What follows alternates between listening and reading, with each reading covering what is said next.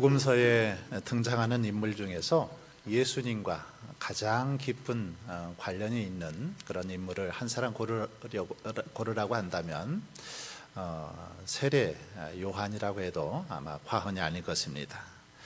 요한은 예수님보다 6개월 먼저 출생을 하죠. 그리고 출생을 하면서 예수님과 이렇게 깊이 연관이 되었습니다.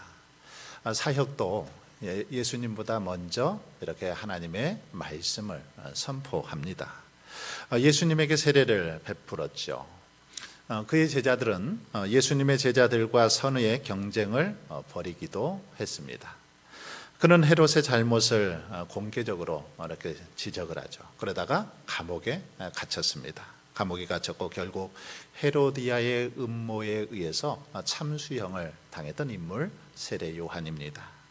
감옥에 있을 때 제자들을 예수님에게 보내서 예수님에게 자기가 지금 기다리고 있는 메시아가 예수님이 맞느냐라고 그렇게 묻기도 했습니다. 그 당시 사람들은 예수님이 바로 세례 요한의 환생이라고 생각할 정도로 그렇게 요한과 예수님 아주 이렇게 밀접한 그런 관련이 있었던 인물입니다. 성경에 보면 많은 민중들이 세례 요한에게 세례를 받기 위해서 찾아오지요. 광야로 이렇게 몰려왔습니다. 민중들만이 아니라 네로라 하는 종교 지도자들, 정치 지도자들이 세례를 받기 위해서 몰려왔습니다. 그 상황을 마가복음은 이렇게 기록하고 있습니다. 온 유대 지방과 예루살렘 사람이 다 나아가 자기 죄를 자복하고 요단강에서 그에게 세례를 받더라. 세례 요한은 요단강 인근 이렇게 광야에 머물면서 많은 사람들에게 세례를 주고 또 찾아오는 사람들을 만났습니다. 그리고 이렇게 자기를 찾아오는 사람들을 향해서 아주 거침없는 언사로 그들을 향해서 책망하고 그렇게 꾸짖기도 했던 것을 볼 수 있습니다. 특별히 종교 지도자들의 그 불의에 대해서 그들을 강하게 아주 책망하고 있는 그런 모습을 볼 수 있습니다. 세례를 받으러 나온 바리새파 사람들과 사두개파 사람들을 향해서 뭐라고 외칩니까? 독사의 자식들아. 그들을 향해서 독사의 자식들아. 누가 너희를 가르쳐 임박한 진노를 피하라 하더냐. 회개에 합당한 열매를 맺으라. 그들을 향해서 아주 크게 꾸짖고 있는 것을 볼 수 있습니다. 요한은 이렇게 어떤 사회 지도층에 있는 사람들 그들에게 아부하거나 그들의 어떤 비위를 맞추지 않았습니다. 그는 선민의식에 사로잡혀 있는 유대인들을 향해서 그렇게 외치죠. 너희는 속으로 아브라함이 우리 조상이다 라고 그렇게 말하지 말아라. 내가 너희에게 이르노니 하나님이 능히 이 돌들로도 아브라함의 자손을 만드실 수 있다 하면서 유대인들을 선민의식에 사로잡힌 유대인들을 향해서 책망하기도 했던 걸 볼 수 있습니다. 그리고 요한은 무엇을 해야 하느냐라고 그렇게 묻는 사람들에게 그렇게 외치죠. 속옷을 2벌 가진 사람들은 없는 사람들에게 나누어 주어라. 먹을 것을 가진 사람들도 그렇게 하라고 말합니다. 세리들을 향해서는 너희에게 정해준 것보다 더 받지 말아라 그렇게 말했고, 군인들을 향해서는 아무에게도 협박하여 억지로 빼앗거나 거짓 고소를 하여 빼앗거나 속여서 빼앗지 말고 너희의 봉급으로 만족하게 여기라고 그렇게 군인들을 향해서 외쳤던 걸 볼 수 있습니다. 이처럼 세례 요한은 사람들에게 회개를 선포하고 물로 세례를 주면서 주님의 길을 예비했습니다. 사복음서는 모두 예수님의 이 초기 공생애를 서술하면서 이 세례 요한을 거론하고 있죠. 그런데 그들의 관심은 세례 요한이 누구인가, 세례 요한이 누구인가에 많은 관심을 가지고 있는 걸 볼 수 있습니다. 이것은 또한 유대인 모두의 관심이기도 했죠. 오늘 본문은 바로 이 질문으로부터 시작하고 있는 걸 볼 수 있습니다. 유대인들이 대표자를 요한에게 보내서 요한을 향해서 이렇게 묻습니다. 당신은 누구요? 당신은 어떤 사람이요? 라고 그렇게 묻지요. 이 질문은 요한의 어떤 신분이나 가족 관계에 대한 질문이 아닙니다. 요한의 영적인 정체성에 대한 질문인 것이지요. 즉 이 질문의 핵심은 당신이 바로 그리스도인가, 당신이 바로 메시아인가 하는 그런 질문이었습니다. 당시 유대인들은 메시아, 바로 그리스도를 간절히 기다리고 고대하고 있었기 때문입니다.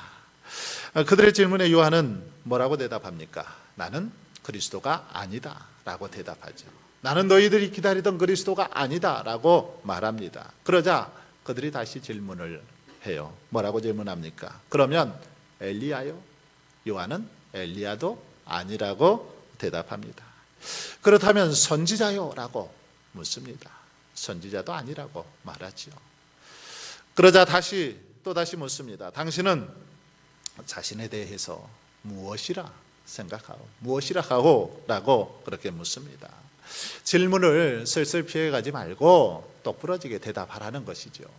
당신이 누구인지 우리에게 좀 똑바로 가르쳐 주시오 라는 그런 말입니다. 이때 요한은 이사야 40장 3절을 인용해서 이렇게 대답합니다. 나는 선지자 이사야의 말과 같이 주의 길을 곧게 하라고 광야에서 외치는 자의 소리로다. 나는 주의 길을 곧게 하라고 광야에서 외치는 자의 소리다 라고 그렇게 자신에 대해서 말하고 있는 걸 볼 수 있습니다. 세례 요한 자신은 소리라는 것입니다. 광야에서 외치는 자의 소리에 불과하다라는 거죠. 자신의 정체성과 사명을 이 소리라는 단어를 통해서 아주 정확하게 그렇게 표현하고 있는 걸 볼 수 있습니다. 즉 자신은 주의 길을 예비하는, 주님의 길을 곧게 하라고 하나님께서 보내신 바로 소리라는 것입니다. 광야에서 외치는 자의 소리에 불과하다라는 것입니다. 여러분, 소리는 특징이 있어요. 어떤 특징이 있습니까? 그것은 사람들에게 외친 다음에 사라져 버린다라는 거죠.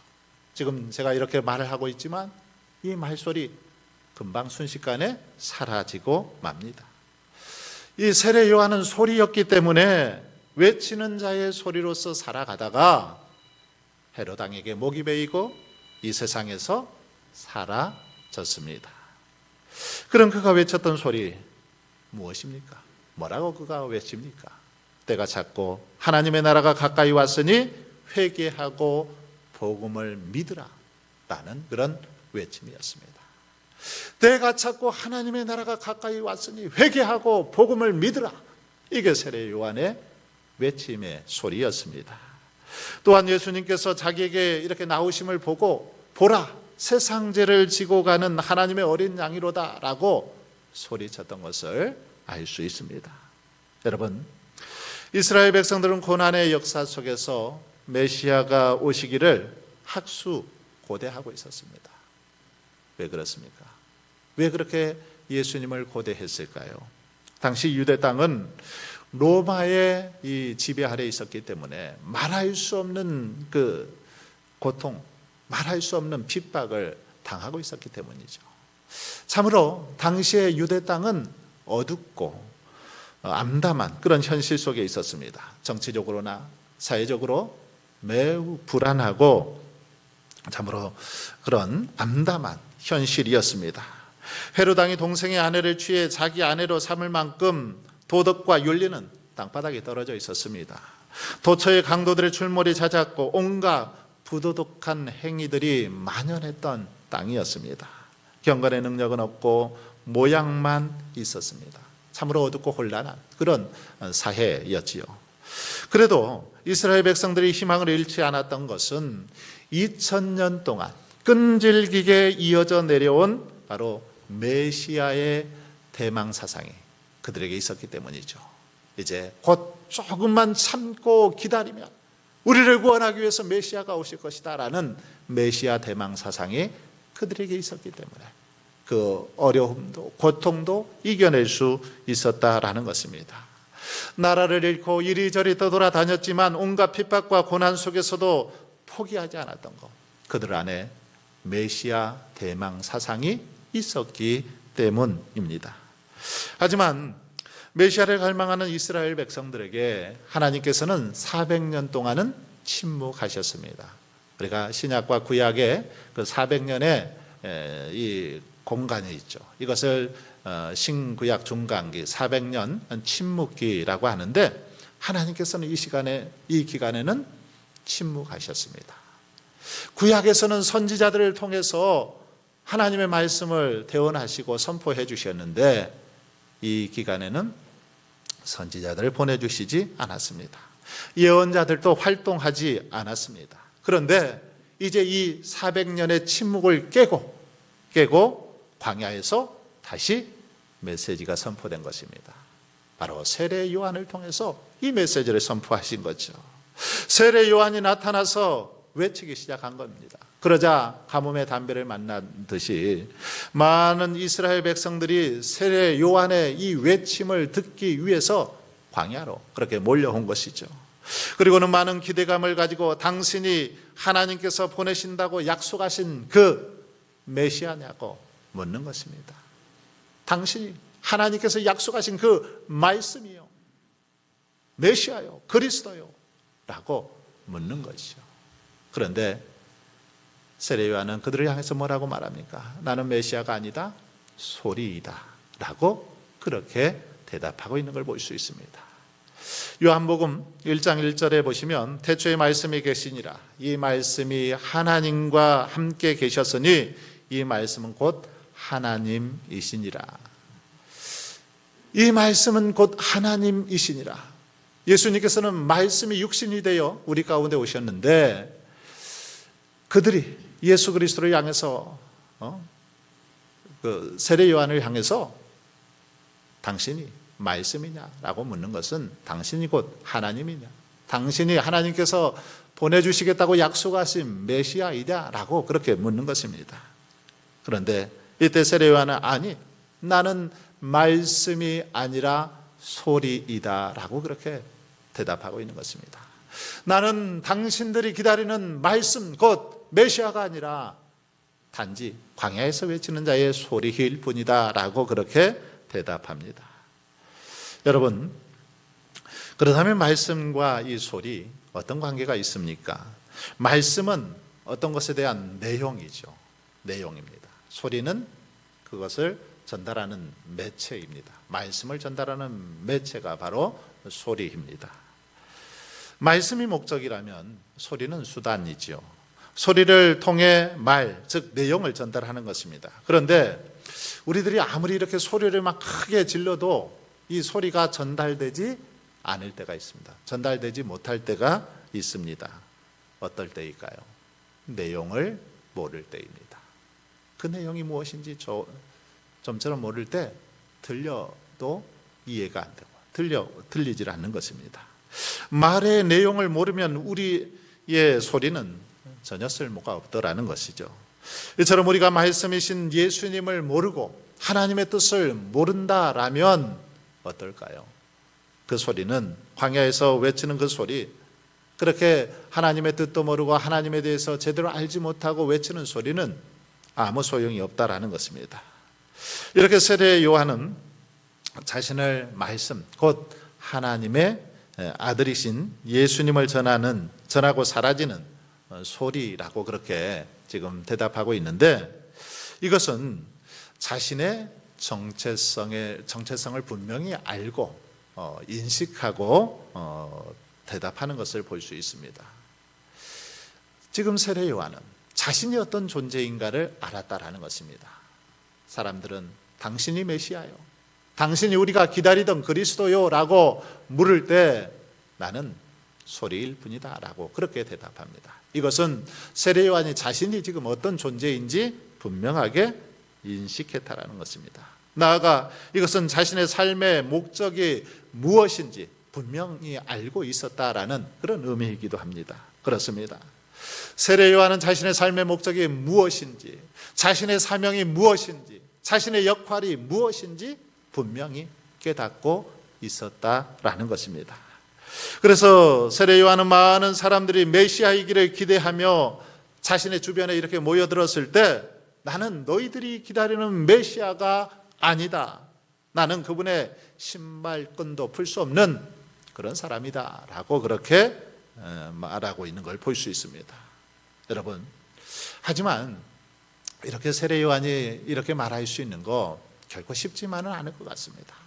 많은 사람들이 자신을 메시아로 기대하고 그렇게 몰려들고 자신의 그 말을 듣기 위해서 그렇게 집중하고 있을 때 나는 당신들이 기다리던 메시아가 아니다 라고 말하기 쉽지 않습니다. 왜요? 모든 사람의 이 내면에는 높아지고자 하는 욕구가 있고 명예욕이 있기 때문이죠.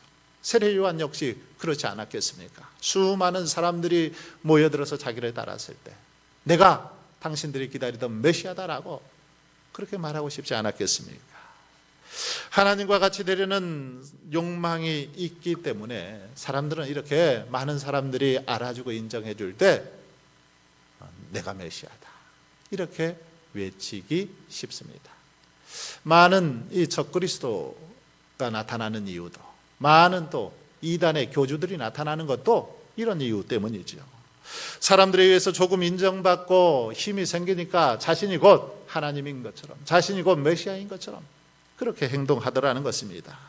자신이 소리가 아니라 말씀이라고 착각하기 때문이죠. 여러분, 교회마다 문제가 되는 것은 무엇 때문입니까? 자신의 역할이 소리라는 사실을 깨닫지 못하고 주의 길을 예비하는 광야에서 외치는 자의 소리라는 사실을 깨닫지 못하고 자신이 곧 메시아다, 자신이 하나님께서 보내신 자다라고 그렇게 인식하기 때문에 문제가 생깁니다.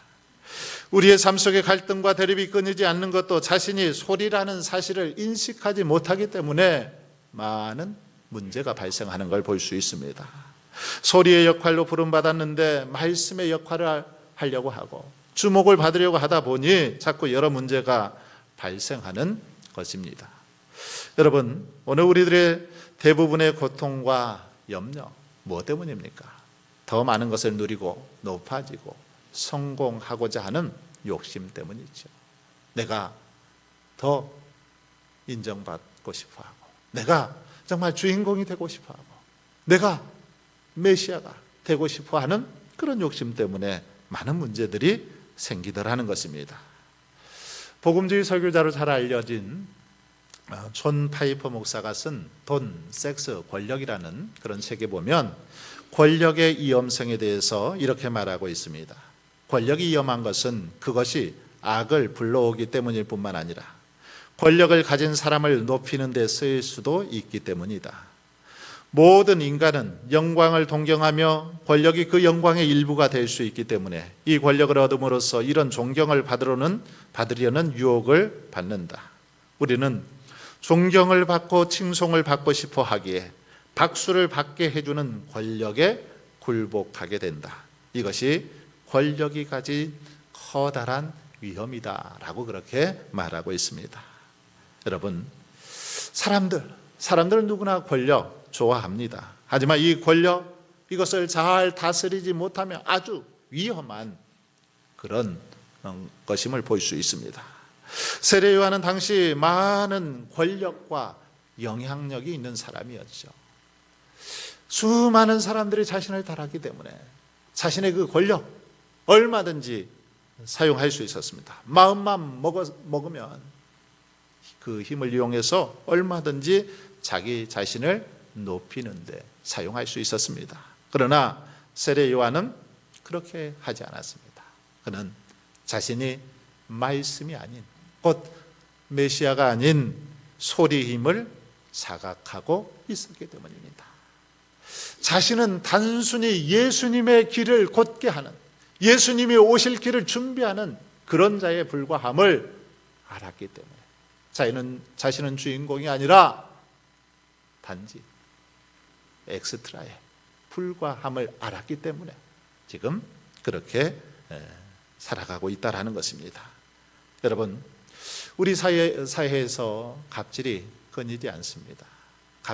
이 갑질이 뭡니까? 갑을 관계에서 상대적으로 우위에 있는 이 갑이 신분과 지위, 어떤 직책을 이용해서 을에게 무례한 행동을 하거나 또는 육체적, 정신적 어떤 폭력을 행사하는 거 우리가 갑질이라고 합니다. 예를 들면 기업의 대표나 경영진들이 직원들을 하대하거나 부적절한 질책이나 불평등한 취급, 재촉이나 폭언 등 인격적인 모독을 주거나 술에 취해서 한밤중에 상사가 부하 직원에게 전화나 문자를 하거나 또는 대기업이 소규모 사업자들에게 무리한 요구를 하는 것, 이것들이 다 갑질에 해당됩니다. 상사의 개인적인 일을 자주 도와달라고 하거나 강제로 시킨다든지 의사와 상관없이 음주나 흡연, 회식 참석을 강요한다든지 집이 가깝다는 이유로 잔심부름을 이렇게 시킨다든지 주말에 출근을 하게 한다든지 이런 거 다 갑질에 해당이 됩니다. 그런데 여러분, 이런 그 갑질은 사실 다른 어떤 이렇게 회사에서 높은 위치에 있는 사람들만 그러는 게 아닙니다. 사실 돌아보면 우리 스스로도 갑질을 하는 경우들이 있죠. 힘 있는 사람들만 갑질을 하는 게 아니더라는 거죠. 가끔 보면 오히려 평소에 좀 이렇게 당해본 사람들이 더 많은 갑질을 하는 경우들이 있습니다. 간혹 우리들도 손님이라는 위치를 이용해서 서비스업에 종사하는 사람들에게 이렇게 함부로 하는 경우들도 있습니다. 또는 이렇게 나이가 많다고 젊은 사람들에게 반말을 하거나 무례하게 할 때도 있습니다. 이처럼 모든 사람들, 어떤 권력이 있으면 이 권력을 가지고 뭔가 자신의 어떤 권력을 써보고 싶어 합니다. 권력을 통해서 높아지려고 하고 남을 지배하려고 하고 통제하려고 하더라는 거죠. 여러분, 이런 시대 속에서 그렇다면 우리들이 이런 유혹에서 벗어날 수 있는 방법 무엇이 있을까요? 어떻게 해야 우리가 이런 세상 속에서 갑질을 하지 않고 겸손히 살아갈 수 있을까요? 그것은 바로 세례 요한의, 바로 오늘 본문 속에 이 소리의 영성에 우리가 관심을 기울이고 우리 내면의 세계를 철저히 비우는 훈련을 할 때 가능한 줄 믿습니다. 세례 요한처럼 자신은 철저하게 낮추고 주님은 높이는 그런 영성을 가질 때 우리가 이 땅에서 그런 믿음의 삶을 살아갈 수 있다라는 것입니다. 세례 요한은 자신은 철저히 낮추었습니다. 그리고 오직 한 분 예수 그리스도만을 높이는 믿음의 삶을 살았습니다. 하지만 대부분의 사람들은 어떻습니까? 인정받고 높아지고 조금만 영향력이 커지면 하나님을 잊어버리고 우쭐해하고 교만해집니다. 자신이 잘나서 그런 양으로 오히려 더 교만하게 그렇게 살아가더라는 것입니다. 그러나 여러분, 이 교만은 하나님이 아주 싫어하시고 미워하십니다. 대적하십니다. 교만의 그릇에는 절대로 하나님의 축복 담을 수 없습니다. 세례 요한을 잘 보십시오. 그는 철저하게 자신을 낮추었습니다. 그래서 당신이 메시아냐라고 묻는 사람들을 향해서 나는 메시아가 아니다. 나는 그리스도의 신발끈을 풀기도 감당하지 못하는 그런 존재다라고 그렇게 대답을 합니다. 그런데 세례 요한이 이렇게 자신을 낮추었더니 예수님께서는 그를 높여주신 걸 볼 수 있습니다. 뭐라고 높여주십니까?